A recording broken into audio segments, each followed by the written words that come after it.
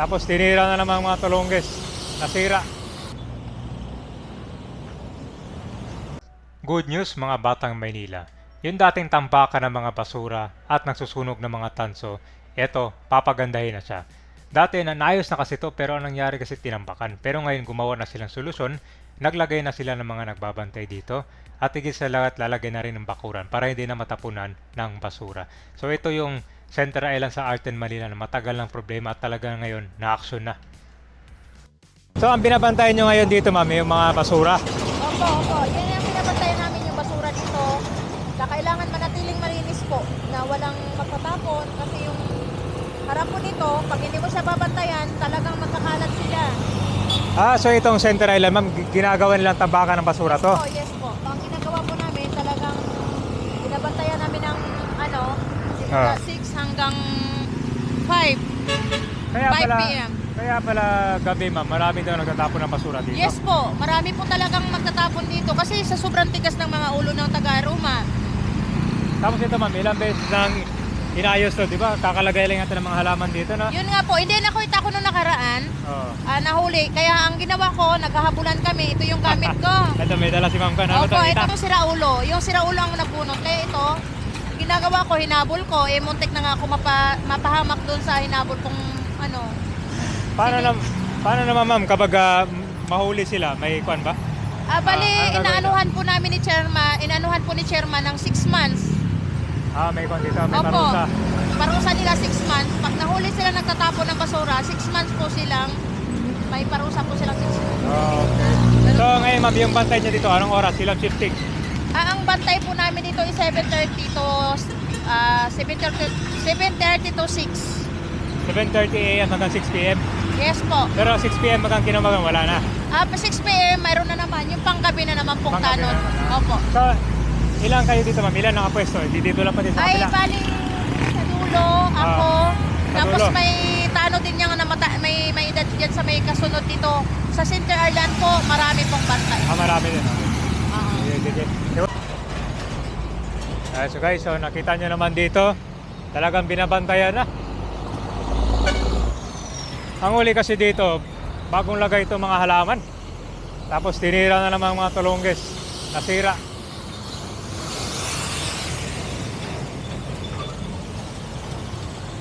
Bagong lagay lang itong mga halaman dito.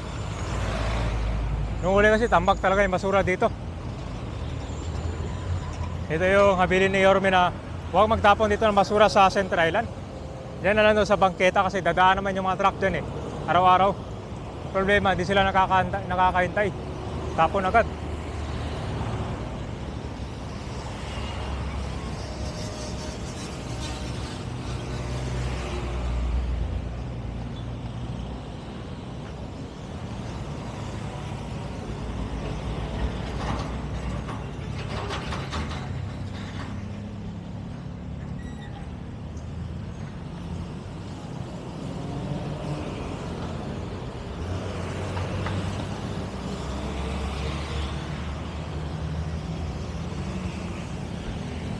Meron lang kan dito, bakal ah.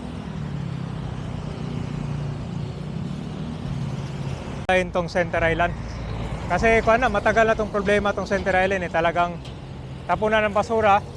Yung mga nagtatapon dito, mga kinaumagahan para wala masyadong makikita. Mga alas 3. So ngayon, mukhang meron ito gagawin dito. Maganda yon para hindi na ito masisira.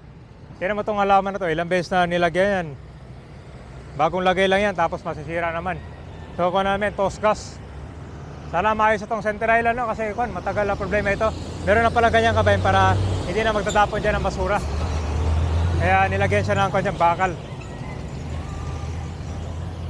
So abangan natin kung mas maayos ito, no? Talagang ito, dekadang problema dito sa Center Island. Dito kasi kabayan, ito yung marami kasi mga nagsusort dito ng mga junk shop dyan, no? Para yung mga binibenta.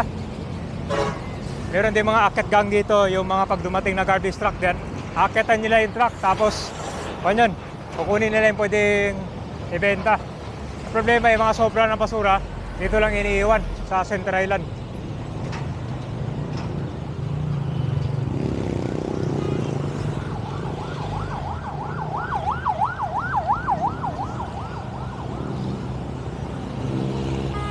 Yan, may puno nasisira oh. Mukhang matutumba na yan oh. Nakakasunog yan, tinan mo. Wala na mga dahon yung puno. Yung mga branch, putol-putol na. Ganito ang mangyayari sa mga puno dito kapag tuloy-tuloy yung pagsusunog nila ng mga tanso dito. Talagang papabuyin.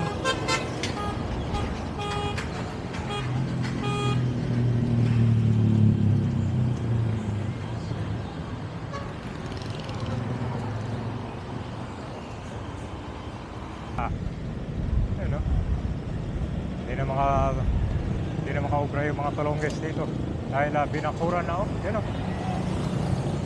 Kita ng kabayan. Yan ba yun oh. So naayusin na tong Center Island.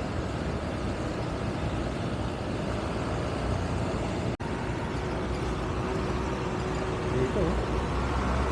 Nakabayan, buti dito hindi nasira eh. Doon lang talaga malapit sa traffic light yung binaboy nila. Yun yung pinaginitan talaga nila. Dito yung tapunan ng basura. Ang problema naman dito na naman yung bangketa. Ayun guys, so ito na yung bangketa dito. Yan yung nangyari dito. Puno rin ng mga basura.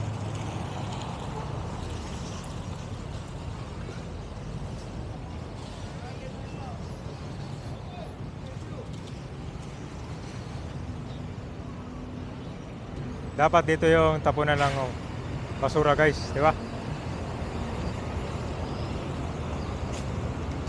Ano? Meron namang maayos sa tapunan ng basura dito. Ang problema, doon sa Center Island nila tinatapon. Maraming mga nasisira. Problema naman dito, yung mga tinatapon ng basura, nasusunog din sila ng tanso. Tignan mo, umitim na yung pader. Parang nasunog din yata yung kuryente, no? Dapat dito, ito yung sabi ni Orme, dito magtatapon. Diba, kasi pinagbawalan ito Center Island, meron nga bantay. Oh. Dito yung sila magsusort, yung pwede ibenta. Oo, ano kami doon, nag-collection po kami door to door po sa Bahay. bahay-bahay. Okay. So dito, nagko-collect din kayo dito. Opo, tapos ito ang tapo namin. Ayan yung driver namin nakakulay puti na sando. Tricycle. O, driver namin po yun siya. Ayan po, palero namin yan, palero nagwawalo. So, ganito yung tama, dapat na dapat yung basura dito pwede itapon, dito na. Oo, tapos... Kaysa doon sa Center Island, di ba? Opo, kasi doon sa may tambakan dyan lang, sa may ng seal dyan. Okay. Papunta doon yun. Kasi wala na sana botas, no? Doon lang muna. Wala na, bawal na doon. So dito na, marami din mga nagkukuha dito, yung mga plastic dito. Oo, ito, karton, ganyan. Ito, magkano ba kilo ngayon ito? Aywan ko po sir kung magkano ngayon kasi hindi namin po alam na ngayon dahil hindi na po kami pinta dahil napakamura ng Mura? karakan ngayon. Oo, Mura na? napakamura. Yung plastic, magkano kilo ngayon plastic? Ano, mga 15 ganon. 15 kilo? Mm. Mga ilang piraso yun bago maka-1 kilo? Marami din. Marami din, mahirap. Kaya pala umitin yung pader, no? Kaya nga, pinuhuli sila ng mga pulis tapos kinukulong sila kapag mahuli na sila. Yun. Mabuti na, meron ng bantay doon sa gitna, no?